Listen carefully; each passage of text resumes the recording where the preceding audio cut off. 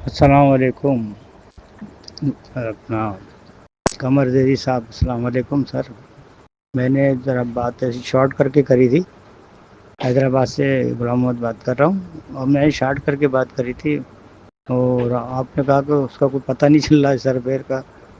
تو میں نے صرف تفصیل لمبی نہیں ڈالی، اس لیے کہ آپ پھر پریشان ہو جائیں گے لمبی بات میں. اس میں یہ ہے کہ میں یہی چاہ رہا تھا، کیونکہ وہ آر ڈی کے اندر تو $1 میں تھا، تو میں سوچ رہا تھا کہ آپ جن ایڈمن سے میری بات ہوئی تھی، تو انہوں نے کہا کہ بھائی یہ جو ہے نا آپ پاکستانی روپے میں انویسٹ بھی جو ہے کی ہے وہ بھی پاکستانی روپے میں کرو، اور یہ بھی کرو. تو اب میں اس کو آپ نے بتایا، یا انہوں نے بھی یہی بتایا کہ $150 ڈالر کے حساب سے آپ اس کو جیسی میں نے وڈرا لیا ہے تو وہ بھی 150 کے حساب سے کٹے گا. کاٹ کے اور وہ لکھ دو، وہ جو وہ جو ڈپازٹ کیا وہ بھی 150 کے حساب سے آپ جمع کرا دو، کہ بھئی یہ 150 کے حساب سے اتنے روپے ہم نے جمع کرائے تھے. تو وہ میں سمجھ میں آ گئی، وہ کر دوں گا.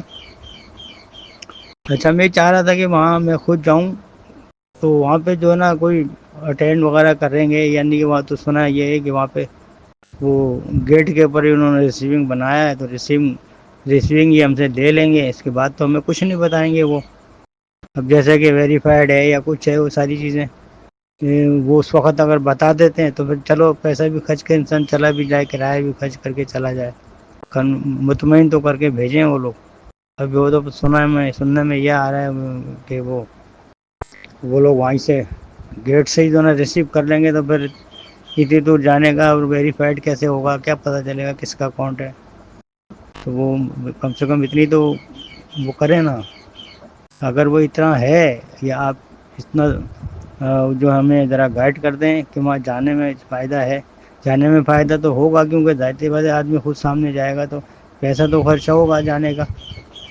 لیکن یہ کہ اس میں یہ ہو کہ وہ ویریفائڈ بھی سامنے ہو جائے گا آپ کے سامنے. تو نمبر وغیرہ جو بھی ہے بینک اکاؤنٹ، وہ نئے والے ہیں، پرانا تو اس میں لکھا ہوا ہے میرے پاس. پرانا بھی اس میں ہے میرے پاس، اسکرین شاٹ کے اندر سب چیزیں ہے، آئی ڈی وغیرہ. تو اب آپ مجھے گائڈ کریں گے، میں جاؤں، جانا بہتر ہے. یہ وہاں مجھے کچھ جانے سے فائدہ ہوگا، یا وہ مطمئن کر دیں گے کہ بھئی یہ وغیرہ سب آپ کا کیس رجسٹرڈ ہو گیا، یا آپ وہ آئی ڈی رجسٹرڈ ہو گئی، یہ ساری چیزیں ہمارے پاس کنفرم ہو گئی ہیں. تو پھر ہم وہاں سے مطمئن ہو کر آ بھی جائیں. یا پھر یہی چیز ہے تو پھر وہیں سے یہاں سے پھر یہاں جانے کا کیا فائدہ، پھر یہیں سے نہیں بھیجنے کارڈ کے ذریعے. اگر وہاں کوئی اس طرح کی کوئی سہولت نہیں ہے تو پھر آدمی گیٹ سے ہی واپس آنا ہے، تو پھر فائدہ کیا جانے کا. اگر اندر کوئی ملاقات ہوتی ہے یا کسی سے باقاعدہ کوئی بات ہوتی ہے تو پھر تو صحیح ہے جانا. ایسے تو گیٹ پہ جمع کرنے کا تو کوئی فائدہ نہیں ہے. السلام علیکم. وعلیکم السلام غلام احمد صاحب، حیدرآباد سندھ سے. میرے بھائی بات یہ ہے، ذرا غور سے سنیے گا.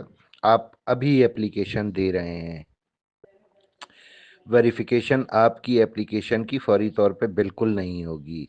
آپ آتے ہیں سیکنڈ فیز میں. اگر آپ ابھی اپلیکیشن دیتے ہیں اور سیکنڈ فیز والوں کی کوئی ویریفیکیشن ابھی نہیں ہو رہی، ان کی اپلیکیشن صرف وصول کی جا رہی ہیں، جمع کی جا رہی ہیں.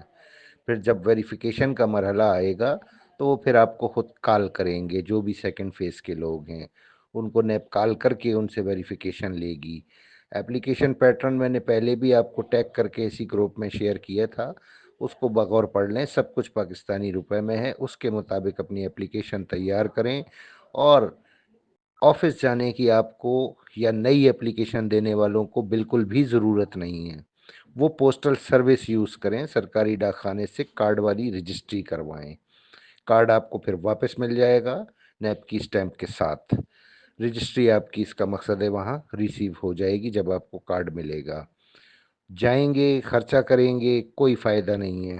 دوسری بات یہ کہ ظاہر سی بات ہے ان کے اوپر رش ہے بہت زیادہ، تو انہوں نے